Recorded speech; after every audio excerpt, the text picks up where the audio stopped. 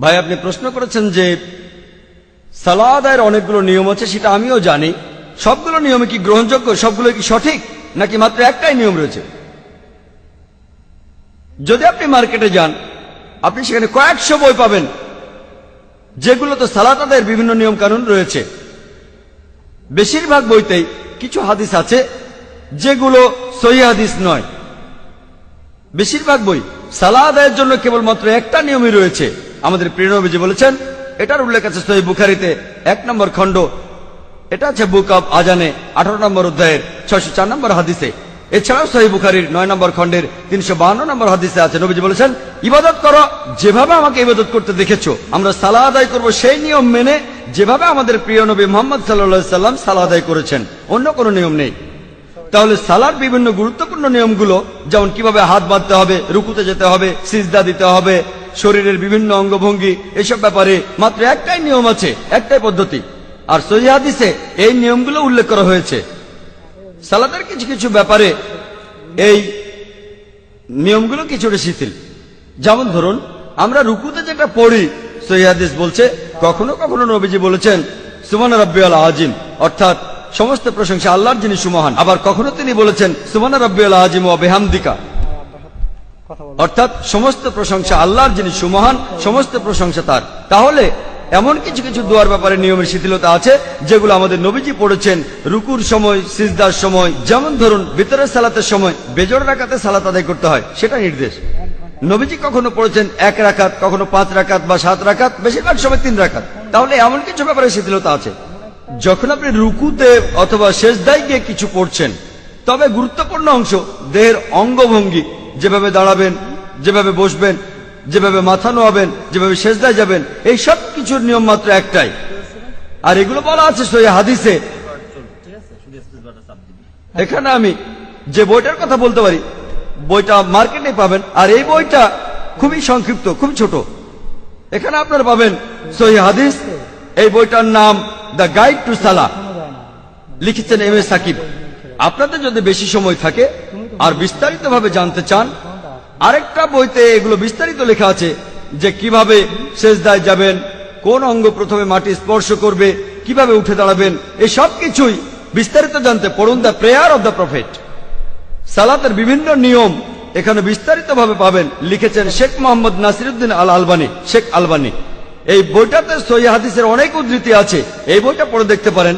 তবে আপনার প্রশ্নের উত্তরটা হলো যে সালাত আদায়ের সময় এই গুরুত্বপূর্ণ অংশগুলো, সেগুলোর নিয়ম মাত্র একটাই। আপনারা যদি বইগুলো পড়তে চান তাহলে যোগাযোগ করুন আমাদের ইসলামিক রিসার্চ ফাউন্ডেশনের লাইব্রেরিতে, সেখানে এই বইগুলো আপনারা পাবেন।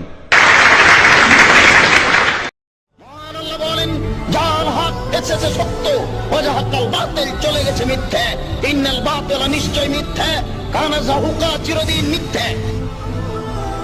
عن أبي هريرة رضي الله تعالى عنه قال قال رسول الله صلى الله عليه وسلم صلوا كما رأيتموني أصلي রাহুল বুখারী মুসলিম।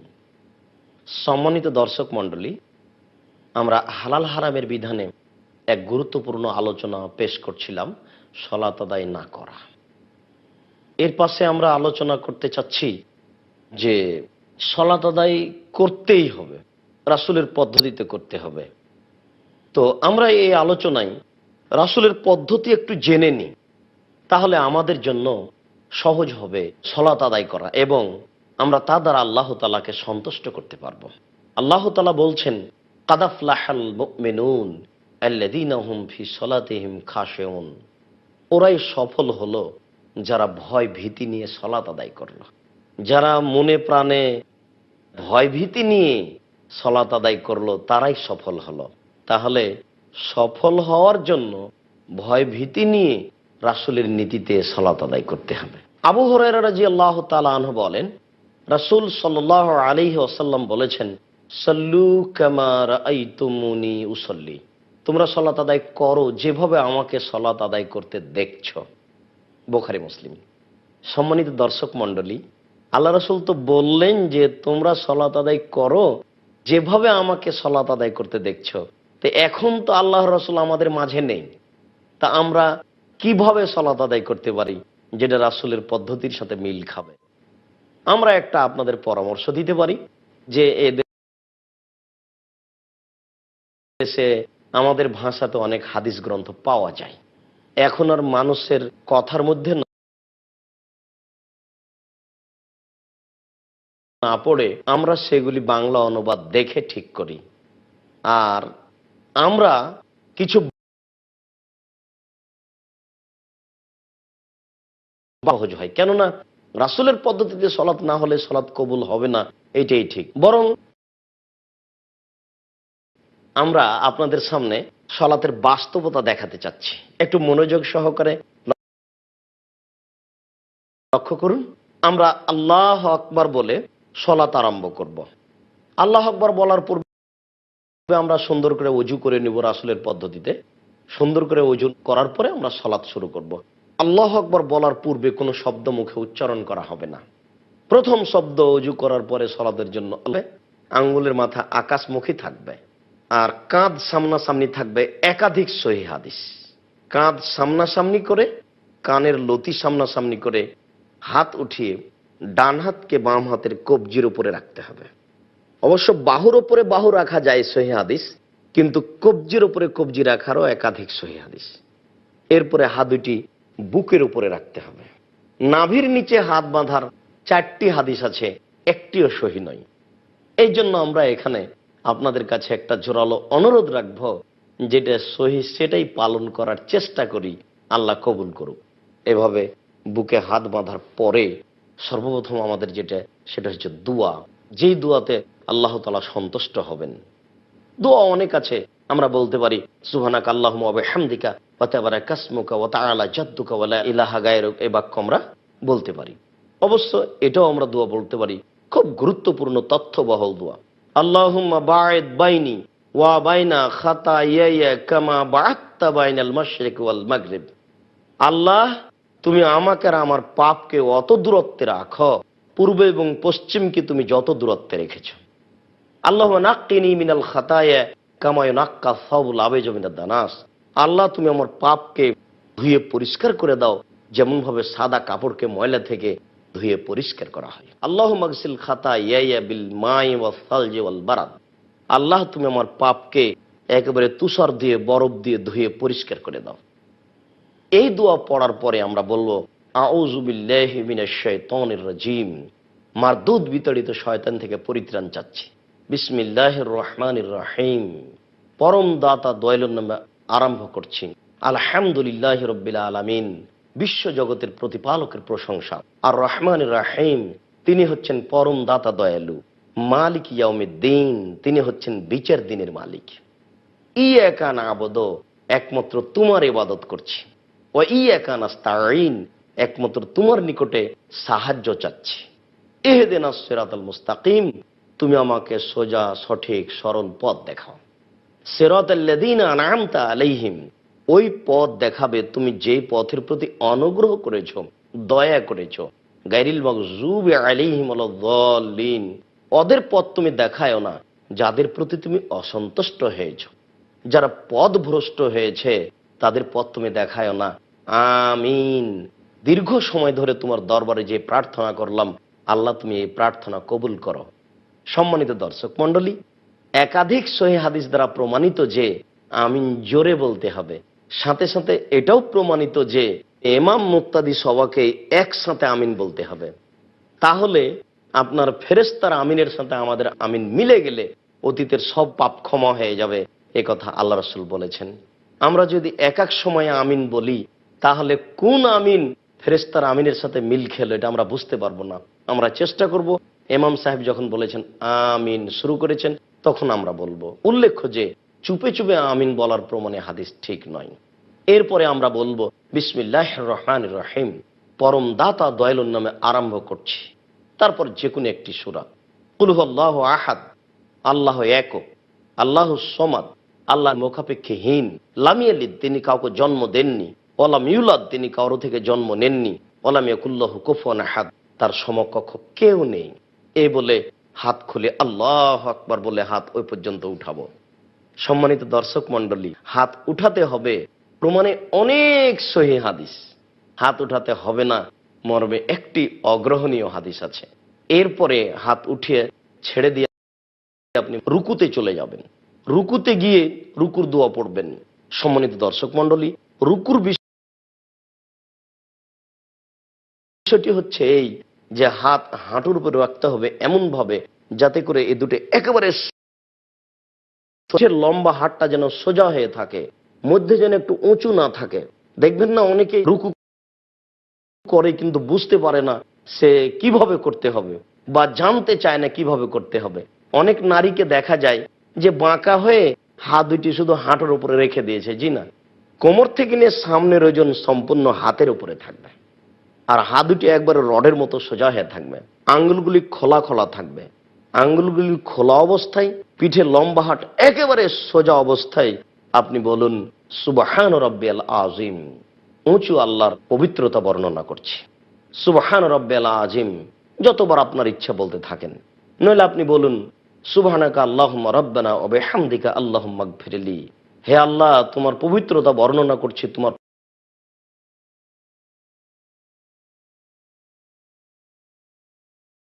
প্রশংসা সহকারে তুমি আমাকে ক্ষমা করো। নইলে আপনি বলবেন সুব্বুহুন কুদ্দুস, তুমি ফেরেশতার প্রতিপালক, তুমি জিবরাইলের প্রতিপালক। আপনি এই দোয়া পড়তে পারেন। অনেক দোয়া, লাকাল হামদ হামদান কাসিরান তাইবান মুবারাকান ফি। আল্লাহ ওই লোকের প্রশংসা শুনল যে তার প্রশংসা করলো, খুব তার প্রশংসা বরকতময়, তার প্রশংসা পবিত্র।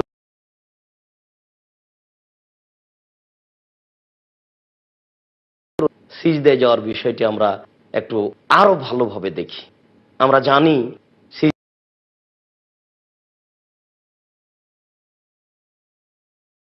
সিজদার বিষয়টি আমাদের দেশে অনেক মহিলা বৈঠকে এইভাবে বলা হয় যে বুবু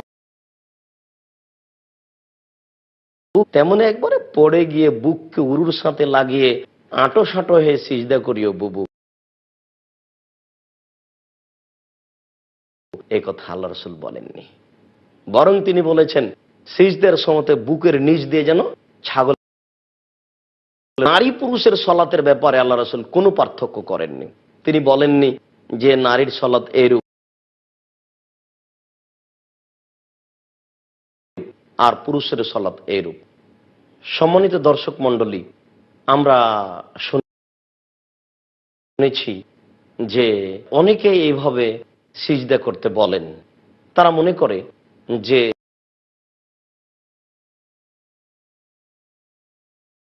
এত বড় অপছন্দ কথার কি প্রয়োজন আছে বলেন তো?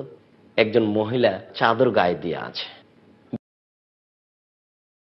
পারে কি করে? এটা হতে পারে কি করে? এটা কি একটা অবাস্তব ব্যাপার নয়? সম্মানিত দর্শক মণ্ডলী, আমরা কিছু সময়ের জন্য বিরতিতে যাচ্ছি। ইনশাআল্লাহ বিরতির পরে এই বিষয়টি আমরা স্পষ্ট আলোচনা করার চেষ্টা করব। আসসালামু আলাইকুম।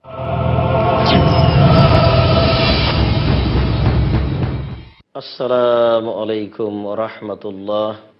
সম্মানিত দর্শক মণ্ডলী, আমরা সিজদার ব্যাপারে কিছু কথা বলছিলাম এবং আমাদের দেশের একটা প্রচলিত পদ্ধতির কথা বলছিলাম যে আমাদের দেশের মহিলারা বলে যে বুবু এভাবে সিজদা করতে হবে, নইলে পর্দার ব্যাঘাত ঘটবে।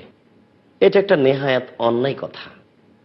সাথে সাথে বুককে উরুর সাথে লাগিয়ে সিজদা করার প্রমাণে 4টি জালজয়ীফ হাদিস আছে যেগুলি আমলযোগ্য নয়। কাজেই কোনো নারীর জন্য কখনোই এটা শোভনীয় নয় যে বুককে উরুর সাথে লাগিয়ে সিজদা করবে। বুককে উরু থেকে পৃথক করেই সিজদা করতে হবে, এটাই শরীয়ত। নিতম্ব কিছু মাটি থেকে উঁচু হয়ে থাকবে এবং কোনোই দুই পাশে উঠে থাকবে যাতে করে কোনোয়ের পাশ দিয়ে ছাগলের বাচ্চা বের হতে পারে, এটাই বিধান, এটাই রাসূলের নীতি। আয়েশা রাদিয়াল্লাহু তাআলা আনহাকে পৃথক করে সিজদা করার কোন নিয়ম আল্লাহ রাসূল বলেননি। সিজদার ব্যাপারে আমরা এভাবে সতর্ক থাকবো যে ওই সময়তে আঙ্গুলগুলি থাকবে জমা জমা, আঙ্গুলের মাথা থাকবে পশ্চিমমুখী, কোণে দুটি উঠে থাকবে, দুই হাতের মাঝে থাকবে নাক ও কপাল। আল্লাহ রাসূল বলছেন যে উমিরতু আন আসজুদা আলা সাবাতে আযম, আমাকে 7 হাড়ের উপরে সিজদা করতে বলা হয়েছে। নাক কপালে হলো 1, দুই হাত এ হলো 3, দুই হাঁটু এ হলো 5, আর দুই পায়ের বৃদ্ধাঙ্গুল এ হলো 7। সিজদা করার সময়তে এই 7টা অংশ মাটিতে লেগে থাকবে। চুল এবং কাপড়কে জড়িয়ে নিতে নিষেধ করা হয়েছে। এতে আমরা কোনো জায়গায় যেন হাতে বা পায়ে বা কোনো জায়গাতে কাপড় যেন জড়ানো না থাকে, কেননা সবকিছুই সিজদা করতে যাই। এ ব্যাপারে আমরা লক্ষ্য করব। সম্মানিত দর্শক মণ্ডলী, এখানে অবশ্য আরেকটা কথা মনে পড়ে গেল। আমাদের দেশে এটাও বলা হয় নারীদের পক্ষ থেকে মহিলা বৈঠকে, যে যখন মহিলারা সলাতে দাঁড়াবে, বুবু যখন তুমি সলাতে দাঁড়াবা তখন দুই পায়ের গোড়ালিকে একসাথে জমা করে দিও। যদি দুই পায়ের গোড়ালিকে পৃথক পৃথক করে রাখো তাহলে লজ্জাস্থানের যোগাযোগ মাটির সাথে হবে, মাটি অভিশাপ করবে। নাউজুবিল্লাহ মিন জালিক। এরকম মন্তব্য শরীয়তের উপরে একটা নেহায়াত অন্যায় অপবাদমূলক মন্তব্য। রাসূল সাল্লাল্লাহু আলাইহি ওয়াসাল্লাম এরকম কিছু বলেননি। দাঁড়ানোর সময়তে দুই পায়ের মাঝে ফাঁকা থাকবে, তার শরীরের গতির ভারসাম্য বজায় রেখে যতটুকু ফাঁকা রাখা প্রয়োজন ঠিক এই পরিমাণ ফাঁকা রেখে সে দাঁড়াবে। আর দুইজন দাঁড়ালে পাশাপাশি দাঁড়িয়ে পায়ের সাথে পা মিলিয়ে টাকনোর সাথে টাকনো মিলিয়ে সম্ভবপর যতটুকু দুই পায়ের মাঝে ফাঁকা রাখতে হয় ততটুকু রেখে দাঁড়াবে। এটাই হলো শরীয়ত। এরপর দোয়া বলবে সুবহান রাব্বিয়াল আলা, সুবহান রাব্বিয়াল আলা, সুবহান রাব্বিয়াল আলা। 3 বার বলতে পারে, একাধিকবার বলতে পারে। অবশ্য 5 বার 10 বারের কোনো বর্ণনা ঠিক নয়। মানুষ তার পরিস্থিতি অনুযায়ী বলবে, আমি উঁচু আল্লাহর পবিত্রতা বর্ণনা করছি, আমি উঁচু আল্লাহর পবিত্রতা বর্ণনা করছি। নইলে সে বলতে পারে সুবহানাকা আল্লাহুম্মা রাব্বানা ওয়া বিহামদিকা আল্লাহুম্মা গফিরলি। সম্মানিত দর্শক মণ্ডলী, সিজদা থেকে উঠে আমরা বলবো আল্লাহুম্মা গফিরলি ওয়ারহামনি ওয়াহদিনি ওয়াগফিরনি ওয়ারযুকনি। হে আল্লাহ, তুমি আমাকে হেদায়েত দান করো, আমাকে খেতে দাও। আল্লাহ, তুমি আমার উপর রহমত নাজিল করো। এছাড়া আমরা আরো দোয়া পড়তে পারি আল্লাহুম্মা গফিরলি, আল্লাহুম্মা গফিরলি, আল্লাহুম্মা গফিরলি। আল্লাহ তুমি ক্ষমা করো, আল্লাহ তুমি ক্ষমা করো, আল্লাহ তুমি ক্ষমা করো। এরপরে আমরা সিজদা থেকে উঠে বসবো। তারপরে আমরা দ্বিতীয় সিজদায় যাব। দ্বিতীয় সিজদা থেকে উঠে আরেক রাকাত পড়ব। সম্মানিত দর্শক মণ্ডলী, আমাদের প্রথম রাকাত থেকে উঠার গতি হচ্ছে এই, সরাসরি উঠে যাব না, সিজদা থেকে উঠে বসতে হবে, বসার পরে উঠতে হবে। এটা হলো পদ্ধতি। আরেক রাকাত পড়লাম, সালামের বৈঠকে বসলাম, অথবা 4 রাকাত পড়লাম, সালামের বৈঠকে বসলাম। প্রত্যেক যেই বৈঠকে সালাম আছে সেই বৈঠকে নিতম্বের উপরে বসা সুন্নাত। অবশ্য যেই সলাতে 2টি বৈঠক আছে সেই সলাতের শেষের বৈঠকে নিতম্বের উপরে বসার কথাও বলা হয়েছে। তো হাদিসে এভাবে এসেছে, প্রত্যেক যেই সলাতে সালাম রয়েছে সেই সলাতে নিতম্বের উপরে বসবে। অর্থাৎ 1 রাকাত এভাবে পড়লাম, আর 1 রাকাত পড়ে বা আর 2 রাকাত পড়ে বা যখন 4 রাকাত হলো, যাতে আমার সালাম বাম পাকে ডান পায়ের দিকে বের করে দিতে হবে আর নিতম্বকে মাটির উপরে রেখে দিয়ে বসতে হবে। আর যদি সালামের বৈঠক না হয়, আত্তাহিয়াতুর বৈঠক হয়, তাহলে বাম পায়ের পাতা বিছিয়ে দিয়ে বাম পায়ের পাতার উপরে বসতে হবে আর ডান পাকে এইভাবে দাঁড় করে রেখে দিতে হবে, যেন ওই বৃদ্ধাঙ্গুল ওটা পশ্চিমমুখী থাকে। বৃদ্ধাঙ্গুল পশ্চিমমুখী করে ডান পাকে দাঁড় করে রেখে দিতে হবে। আর যদি সালামের বৈঠক হয় তাহলে বাম পা ডান দিকে চলে আসবে আর নিতম্ব মাটির উপর রেখে ডান হাতের আঙ্গুলগুলিকে জমা জমা করে ডান হাঁটুর উপরে রাখতে হবে আর বাম হাতের আঙ্গুলগুলিকে জমা জমা করে বাম হাঁটুর উপরে রাখতে হবে। তবে ডান হাতের আঙ্গুলের রাখার বিষয়টি এইরূপ। সম্মানিত দর্শক মণ্ডলী, একটু দেখুন তো আমরা স্পষ্ট বুঝতে পারি কিনা। প্রথম 2টি আঙ্গুলকে আমরা জমা করি, কনিষ্ঠ এবং তার পরের আঙ্গুল। তৃতীয় আঙ্গুলটাকে টেনে নিয়ে এসে বৃদ্ধা আঙ্গুলের পেটটা তার নখের উপরে লাগাই আর বৃদ্ধা আঙ্গুলের পাশের আঙ্গুলটা এইভাবে রাখি, দাঁড় করে রাখি।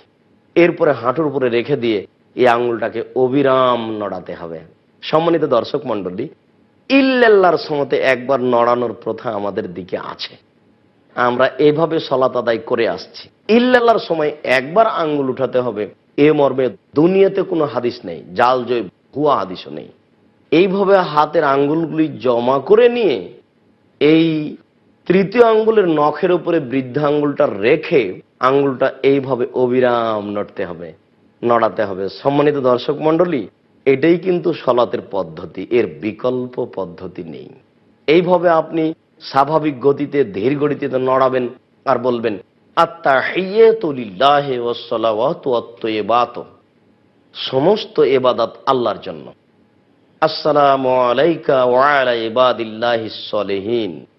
শান্তি অবতীর্ণ হোক মুহাম্মদ সাল্লাল্লাহু আলাইহি সাল্লামের উপরে এবং ভালো মানুষের উপরে। আশহাদু আল্লা ইলাহা ইল্লাল্লাহ ওয়া আশহাদু আন্না মুহাম্মাদান আবদুহু ওয়া রাসূলুহু। আমি সাক্ষ্য দিচ্ছি আল্লাহ ব্যতীত কোনো মাবুদ নাই, আমি সাক্ষ্য দিচ্ছি মুহাম্মদ আল্লাহর রাসূল। এরপরে দুরূদ, আল্লাহুম্মা সাল্লি আলা মুহাম্মাদিন ওয়া আলা আলি মুহাম্মাদ কামা সাল্লাইতা আলা ইব্রাহিম ওয়া আলা আলি ইব্রাহিম ইন্নাকা হামিদুম মাজিদ।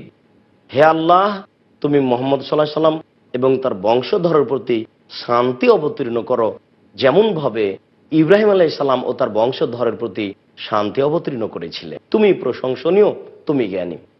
আল্লাহুম্মা বারিক আলা মুহাম্মাদিন ওয়া আলা আলি মুহাম্মাদ কামা বারাকতা আলা ইব্রাহিম ওয়া আলা আলি ইব্রাহিম ইন্নাকা হামিদুম মাজিদ। হে আল্লাহ,